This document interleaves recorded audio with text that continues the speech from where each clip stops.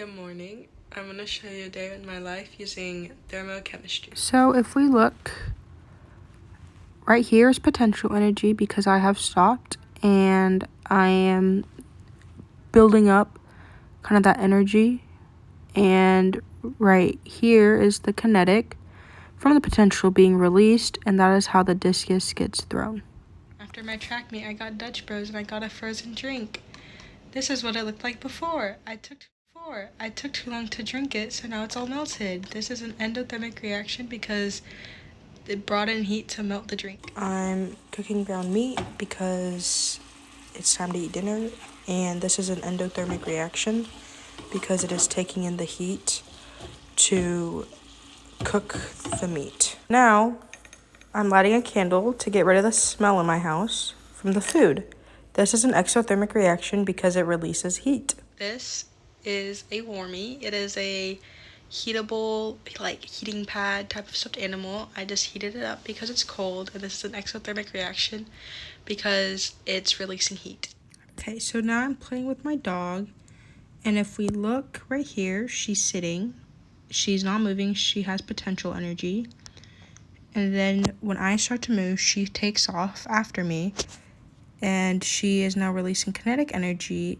And then she gets on the couch, goes back to laying down, and is now potential energy. So essentially, potential energy is built up energy, and kinetic energy is that energy being released. Law of conservation of mass is that energy cannot be created nor destroyed, meaning it basically just is in a constant loop. For example, my dog going back to laying down before running again.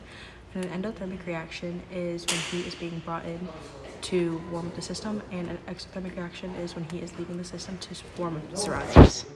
Okay, so here's our phase change diagram. You have your solids, your liquids, and your gases. Your y-axis is the pressure, and your x-axis is the temperature. If you start with your solid and you want to become a liquid, you have to. It'll end up melting. For a liquid to become gas, it evaporates, and for a gas to become solid, it uses sublimation. Now, if you want a solid to become a gas, use sublimation again. Gas becomes a liquid with condensation, and that liquid becomes freezing. The liquid becomes a solid by freezing. And you also have your critical point, which is where all three elements are present at the same time. Here's your endothermic reaction pathway. You start with your reactants, and what happens is the system absorbs heat from its surroundings, which causes its surroundings to cool down. And for the system to heat up, you have your activation energy, your energy that gets released with your products. You start with your reactants, you end with your products. Your y-axis is the potential energy, and your x-axis is the reaction path. Okay, so here's our exothermic reaction. Your y-axis again is potential energy, and your x-axis again is the reaction pathway. You start with your reactants, and what happens is your heat flows from its system into its surroundings, which causes its surroundings to heat up. You start with your reactants, end with your products. Here's your activation energy, and here is the energy that has gotten released. So here is your heating curve. Your y-axis is the temperature in degrees Celsius, and your x-axis is the heat in kJ. What happens is you start with your solid. As the temperature increases, there is no phase change, but once the temperature plateaus, it starts to melt, and it is melting. Once it finishes melting, it is now a liquid, which then the temperature keeps increasing. Once it hits a certain temperature again, it just evaporates, and once it's a gas, the temperature increases again. So here's your cooling curve. Again, the y-axis is the temperature in degrees Celsius, and the x-axis is your heat in kJ. What happens is you start with your gas. As the temperature, again, goes down, there is no phase change. Once you hit a certain temperature, it stays the same. The temperature stays the same, so it is now it becomes condensation. Now, once it finishes condensationing, it's a liquid now. The temperature keeps going down. But once it hits another certain temperature, it is now freezing with a phase change, and then once it finishes freezing, it's now a solid. The temperature keeps going down, and there's no more phase change. Okay, so now here's our calorimetry formula. You start with your Q. Your Q is your amount of heat added or taken away from the substance measured in joules. Your M is the mass of the sample. Your C is the heat capacity of the sample, characteristics of the type of material measured in joules per grams degrees Celsius, and then your delta T is the change in temperature in Celsius. And your equation is Q equals MC delta T. Okay, so here's our calorimetry problem.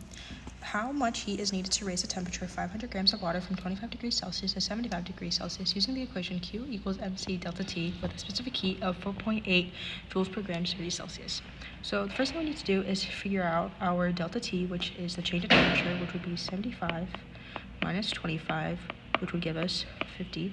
Now that we have all three values that we need, we can plug in everything, which would be m equals 500.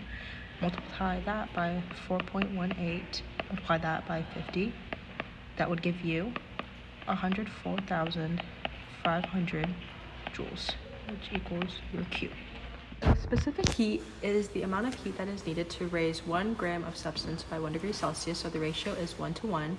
And two examples of specific heat in the real world are a car coolant for your engine. It helps cool the engine down so it doesn't overheat, so that means it has a high specific heat. And also sweating, your body sweating is also a example of specific heat because your sweat, releasing the sweat helps your body cool down.